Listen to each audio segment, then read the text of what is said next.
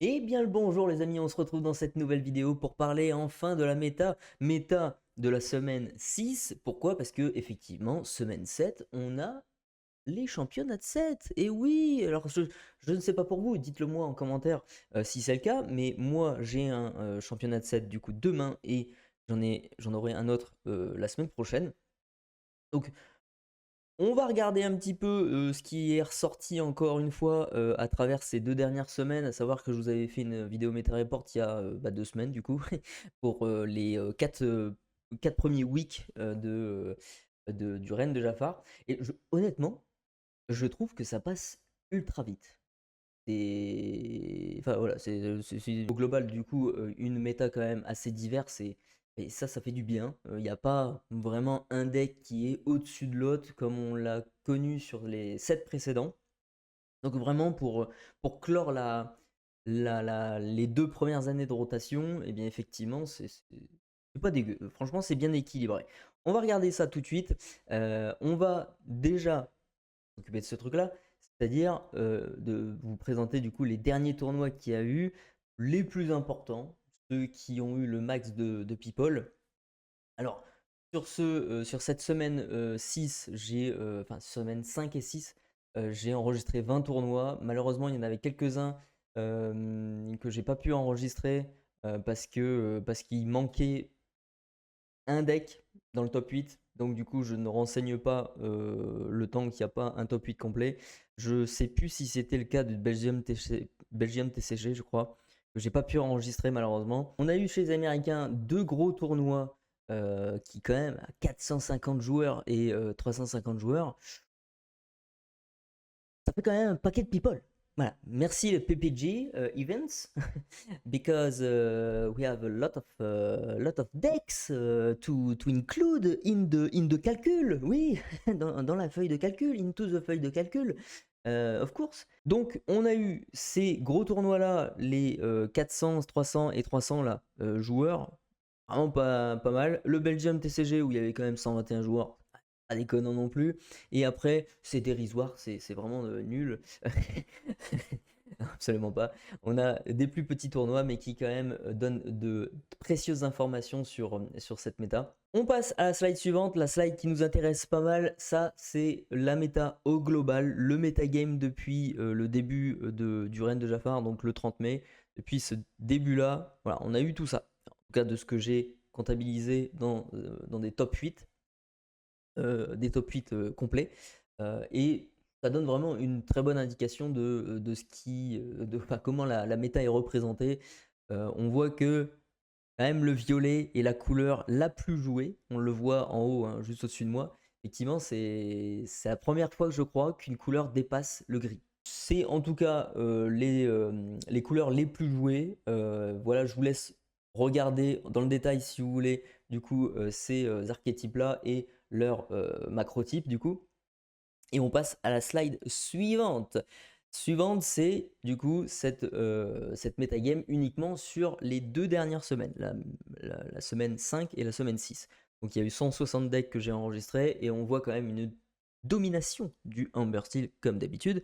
Parce que Humber Steel, voilà, le deck il vaut pas trop cher et il est fort. Que ce soit pour les deux macrotypes, hein, que ce soit aggro ou enfin, au tempo ou le mid-range qui est le Steel Song, on est quand même sur des prix raisonnables, 200 euros, un truc comme ça le deck, et il peut vous faire des sorties un petit peu fumées, quoi. Voilà, donc c'est le deck qui est préféré. Maintenant, on en parlera peut-être un petit peu à la fin, mais je pense pas que ça soit le meilleur deck. Il est un petit peu plus sur la droite, moi, je trouve le meilleur deck. Voilà. On a le violet-vert qui est juste en deuxième position et en troisième position le bleu-rouge qui sont des decks toujours présents. Ceci dit, le violet-vert qui a pris quand même un up depuis ce dernier set. On regarde maintenant le top des archétypes, un truc que j'adore vous montrer, hein, vous commencez à le comprendre, parce que ça donne des infos encore en plus et c'est très bien. On a du coup sur ces 2 dernières semaines, un top 1 qui est partagé par le Humber Steel et le violet vert. Donc on a vraiment ces 2 decks qui font le plus de top 1. Ensuite on a là encore une fois, on a une semaine peut-être un petit peu plus variée dans les tops que la semaine, enfin, la semaine 4, la semaine d'avant, j'allais dire la semaine dernière, mais la semaine d'avant, parce que là, c'était vraiment Humber Steel qui dominait tout le top 8, oui, effectivement toutes les places du top 8. Donc, euh, on est content de voir qu'il y a quand même un petit peu plus de decks qui se hissent à des tops. Donc, très bien. La moyenne des top 1, 2, 3, 4, ce qui rentre dans ce top 4, eh bien, c'est encore une fois Humber Steel qui est beaucoup plus dominant que les autres, avec violet-vert ensuite, rouge-bleu oui, rouge-bleu et rubis améthyste du coup pour la quatrième position. C'est un petit peu normal, effectivement, parce qu'il est quand même vachement présent, le Humber Steel. Donc, en termes de représentation, voilà, c'est normal qu'il accède un petit peu plus au top 4. Maintenant, enfin, voilà, ça reste un bon deck qui peut avoir une sortie ultra agressive avec triple Daisy ou des trucs comme ça, et contre un bleu-rouge ou contre un autre deck, bah, c'est tout de suite un peu compliqué hein, quand on sort le triple Daisy et puis après d'autres trucs, voilà, c'est chiant, c'est difficile de se remettre, donc voilà, il a quand même pas mal de force que peut-être bleu-rouge n'a pas, mais bleu-rouge en a d'autres qui lui permettent de rebondir dans n'importe quelle situation dans une game. Dès qu'il a fixé son palier voilà, de 6 encres, c'est fini, vous pliez boutique avec lui. Donc voilà, c'est intéressant. Faut voir, mais en tout cas, les chiffres nous montrent tout cela. On passe à la slide suivante, et cette slide-là, c'est justement pour voir en détail les 3 meilleurs decks de ces 2 dernières semaines. Effectivement, on a le Steel qui a un petit 47% de win rate, avec le violet-vert qui a 40% de win rate et le bleu-rouge qui a 33% de win rate. Un bleu-rouge qui fait un petit peu moins rêver sur ces 2 dernières semaines, encore une fois, mais je vous laisse regarder en détail, voilà, avec les macrotypes différents, les mid-range control, etc., les tempos et tout ce qui s'ensuit. Qu'est-ce qu'il y a eu comme répartition à ce niveau-là?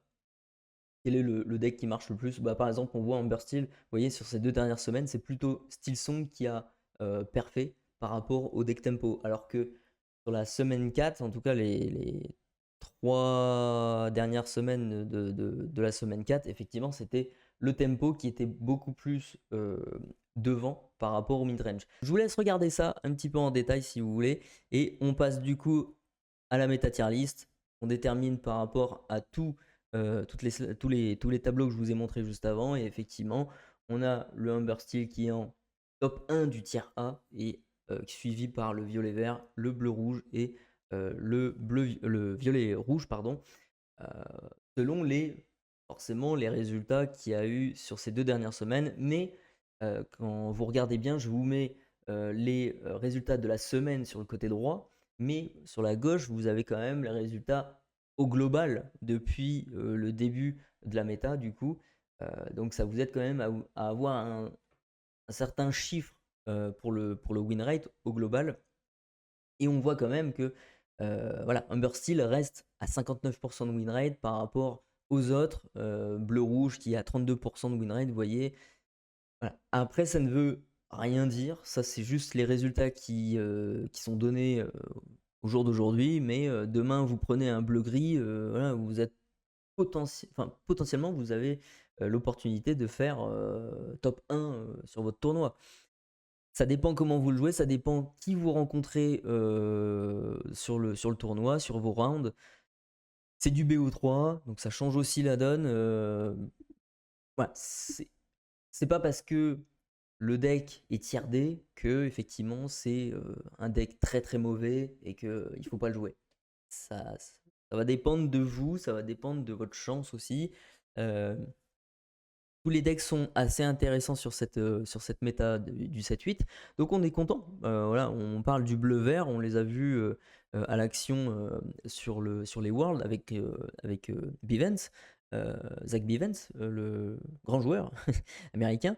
Eh bien, c'est prise de tête, mais ça fait quand même très mal à bleu-rouge notamment. Donc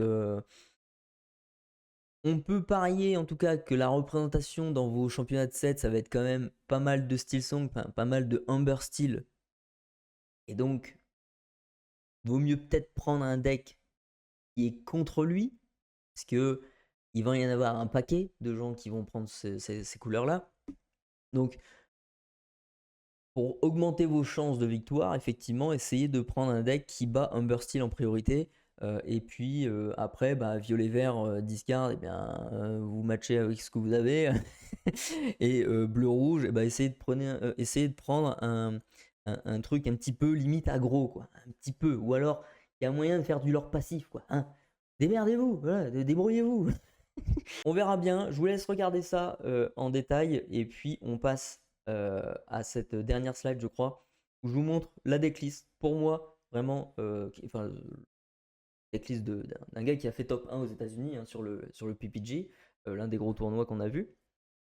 À 100 joueurs, je crois. Lui, il a fait top 1 avec ça. Et honnêtement, pour moi, même si j'adore les decks aggro, tout ça, je suis full ça, voilà, vous le savez maintenant. Mais pour moi, le bleu-rouge reste quand même le meilleur deck de toutes les extensions qui sont venues après. Voilà. Allez, depuis le 7.5, le bleu-rouge existe depuis le 7.2, avec le fameux deck Pop Cycle qu'on avait eu à l'époque, qui était vraiment fun. Moi, j'adorais ce deck-là. Le problème, c'est que là, il a migré sur un truc vachement contrôle où je te défonce tout ce que tu poses à tous les tours. Qui fait que c'est un deck qui a quand même pas mal de répondants et qui se sort de situations extrêmes, je vous dis, avec des visions du futur, des Alpha-Raigo, des grands-mères Tala, etc. Développe ton cerveau aussi maintenant qui revient, qui vous permet d'aller chercher ce que vous voulez dans votre deck, surtout vision de l'avenir. Non, ça c'est banni ça à Magic. Oh, c'est vous foutez là. Faut bannir cette carte là. C'est pas possible, c'est trop fort. Ça vient d'où? Steve Warner, ça vient d'où ça? Ça vient d'où? Qu'est-ce que t'as fait? Non, mais c'est vraiment un très très bon deck. Vous avez le meilleur lieu qui existe, le MacDuck Manor. T'as l'aura 2, c'est costaud. Tu mets ça très tôt dans la partie. Ton adversaire il comprend rien. Tu lui mets un Soleil Press juste après. Il chiale quoi. Voilà. C'est un petit peu l'idée du deck quoi. C'est vraiment, il va faire des choses sans difficulté.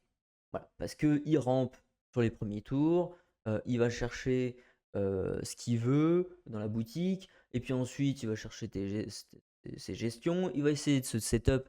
Là c'est la version DKP, la version burn, mais après, effectivement, il y a aussi la version item qui est aussi disons, un deck sympa, mais je pense que celui-ci est un peu plus intéressant, notamment le côté surprise avec les Goofy ou à la rigueur le sac de Merlin qui peut être sympa aussi sur celui-ci, mais le Pirate's Life qui, ok, l'effet de surprise, bon, et on le sait qui va venir, le machin, mais c'est vrai que ça met en déroute vraiment les decks adverses, surtout les decks aggro, donc voilà, c'est quand même, je pense, une bonne solution contre les decks aggro, celui-ci, euh, le Humber Steel, hein, disons-le.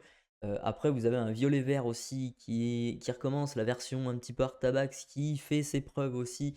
Je l'ai vu à droite et à gauche et qui revient un petit peu plus. Donc attendez-vous peut-être à avoir ce genre de violet vert, pas forcément du discard, mais aussi du bounce. Voilà pour la vidéo les amis, c'était tout ce qu'on avait à voir dans cette Meta Report. J'espère que ça vous a plu. Si c'est le cas, eh bien mettez un petit pouce vers le haut. Comme d'habitude, on n'oublie pas ce truc-là. Oui, on n'oublie pas, c'est important, c'est pour le moral. Voilà. Et le moral surtout, on s'abonne. Voilà, on s'abonne parce qu'il y en a encore trop peu qui ne s'abonnent, point, mais qui regardent malgré tout les vidéos. Ah, qu'est-ce que ça veut dire ça? Qu'est-ce que ça veut dire? Bon, faites ce que vous voulez. En tout cas, ça me soutiendrait énormément si vous le faites. Je vous souhaite de la chance dans ces championnats de 7 qui arrivent. Si vous en faites cette semaine, la semaine prochaine ou la semaine encore d'après, je vous souhaite de réussir, de casser la baraque. N'hésitez pas aussi à m'envoyer sur Instagram si vous me suivez là-dessus, vos photos avec vos cartes ou tapis gagnés, hein, si vous faites top 1. N'hésitez pas. N'hésitez pas aussi à mettre un petit commentaire du coup sur le deck que vous allez utiliser hein, pour demain. Voilà, si jamais vous êtes dans la même boutique que moi, ça va pouvoir m'aider un petit peu. Voilà. Sinon, on se retrouve dans une prochaine vidéo. Sur ce, les amis, prenez soin de vous et à tantôt.